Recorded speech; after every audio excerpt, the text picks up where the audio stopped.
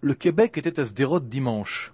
Une délégation de députés du Québec, dont M. Sylvain Simard, ancien ministre et député du Parti québécois, était en Israël pour visiter, pour comprendre le pays et pour analyser la situation au nord d'Israël, également dans le sud, face au Hamas. Une rencontre rare avec des hommes qui viennent de loin et qui peuvent, sur place à Sderot, analyser, comprendre et peut-être mieux voir ce qui se passe dans la vie des gens à Sderot qui souffrent depuis maintenant plus de 7 ans face au Hamas, face au missile Qassam.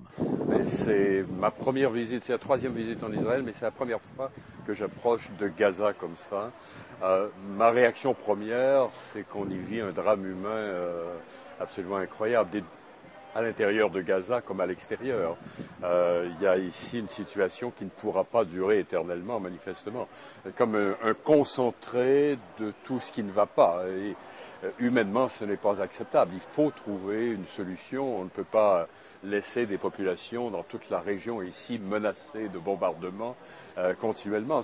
L'effet psychologique, l'effet sur la santé des gens est trop dramatique. Mais en même temps, il faut savoir que, et tout le monde le sait, qu'à l'intérieur de la bande de Gaza, la situation n'est pas meilleure pour ceux qui, quelles que soient les responsabilités des uns ou des autres, c'est une situation qui ne peut pas durer très longtemps. Le régime de Gaza aujourd'hui, c'est le régime du Hamas, un groupe qui est islamiste, fondamentaliste, lié à la Syrie, lié à l'Iran. Est-ce que vous pensez, vous qui êtes un politique et qui avez une expérience, qu'on peut arriver à discuter avec le Hamas? J'ai beaucoup de doutes parce qu'on n'est pas dans le rationnel, on est dans l'irrationnel. Ce sont des partis qui sont construits autour d'un extrémisme religieux, autour de la haine d'un groupe. Alors c'est très difficile d'avoir... Ceci dit, ça ne veut pas dire que c'est impossible. Il y a eu dans le passé des exemples de gens avec qui aujourd'hui on négocie, avec qui jamais on n'aurait pensé le faire.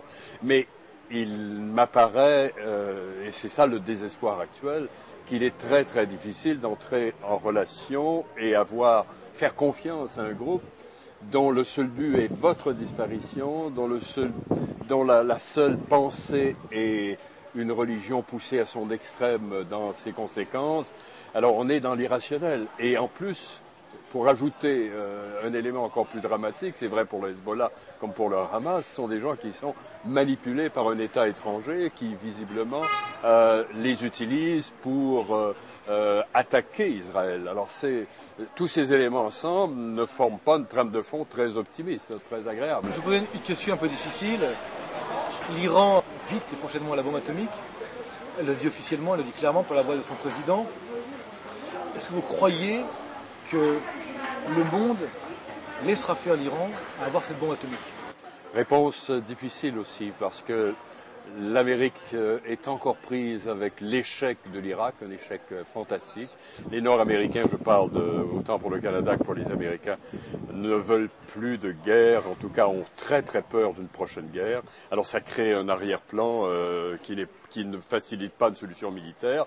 Par ailleurs, il est évident qu'Israël ne peut pas attendre que l'Iran, qui a juré sa perte et sa disparition, maîtrise l'arme nucléaire. Donc vous voyez, les prochains mois, les 2 prochaines années vont être le moment de décision extrêmement difficile pour tout le monde. Si Israël n'est pas seul, Israël pourrait seul prendre cette décision, mais en a-t-elle les moyens sans un appui très fort des États-Unis, du Canada et de l'OTAN, à un moment où l'OTAN est extrêmement affaiblie. La guerre en Irak a affaibli les forces occidentales. Déjà, la situation en Afghanistan est de plus en plus problématique. On a concentré tellement de troupes à ces endroits-là que les pays n'ont plus maintenant la marge de manœuvre nécessaire pour intervenir. Donc l'Iran, il y a évidemment la voie diplomatique. On sait qu'Obama, s'il devient président, va tenter de les convaincre ou d'acheter en tout cas une collaboration. On ne sait pas trop avec McCain, mais on pense que ce sera une politique plus dure également. Donc le monde évolue beaucoup.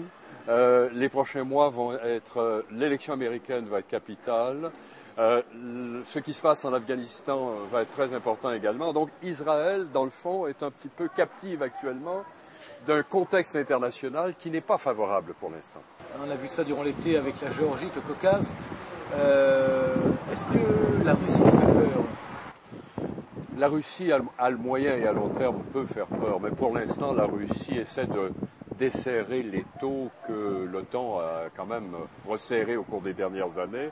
On sait le bouclier anti-missile en Pologne, l'OTAN partout dans la région, l'Europe. Il est évident qu'il y a une volonté nationaliste très forte autour de Poutine pour desserrer l'étau. Est-ce que l'intérêt économique de la Russie n'est pas une meilleure collaboration avec l'Ouest? Je pense que oui, à long terme. Alors il s'agit de ne pas, évidemment, se précipiter dans des conflits qui seraient irrationnels à ce moment-ci, mais en même temps faire bien comprendre aux Russes qu'il y a des limites, il y a des lignes qu'il ne faudra pas franchir. L'Occident est affaibli par rapport à la Russie actuellement, le gaz en Europe est une nécessité absolue. Tout ça n'est pas rassurant. On a eu l'équilibre de la terreur pendant 50 ans. On a maintenant en train de renaître un équilibre d'une terreur nouvelle, différente et pas très rassurante au fond. Vous avez été surpris par l'action russe contre la Géorgie durant l'été? Oui, surpris et en même temps on la trouve à la limite logique. Ils cherchaient un prétexte, ils cherchaient une occasion pour réaffirmer leur force dans la région. Ils ont pris le premier prétexte, le début des Jeux olympiques en plus, alors ils ont réussi à surprendre le monde. C'est pas une position qu'ils pourront tenir sur le moyen terme et le long terme parce qu'ils ont aussi besoin de l'Occident. Ils sont en train de s'enrichir, ça se joue, ils ont besoin de clients, ils ont besoin de relations internationales détendues, ils ne voudront pas revenir au climat de la guerre froide.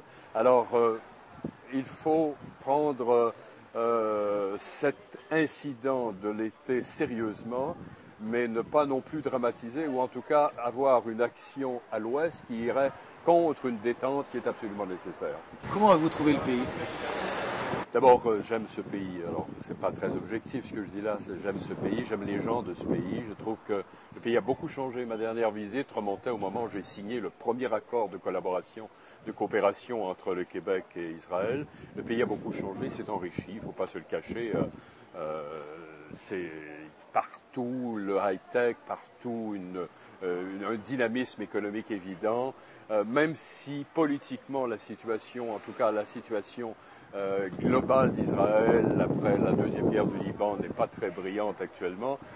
À l'intérieur d'Israël, la réalité, c'est que les gens vivent magnifiquement ce passage historique. Il y a un dynamisme qui est extraordinaire à voir. Donc, pour moi, Israël, c'est la démocratie au Moyen-Orient, donc ça doit être l'objet de notre appui, il faut maintenir ça.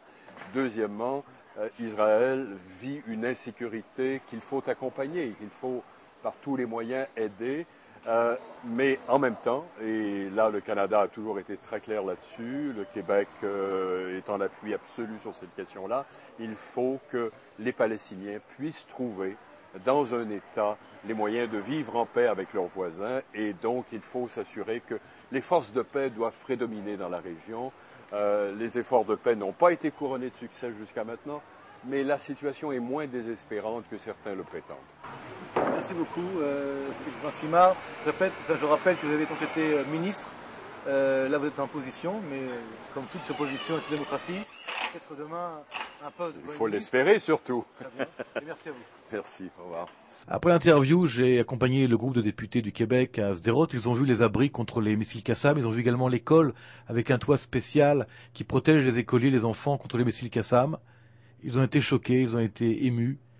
Et c'est important que des gens du monde entier, des députés de différents partis, de différents pays, viennent voir sur place les réalités face au terrorisme.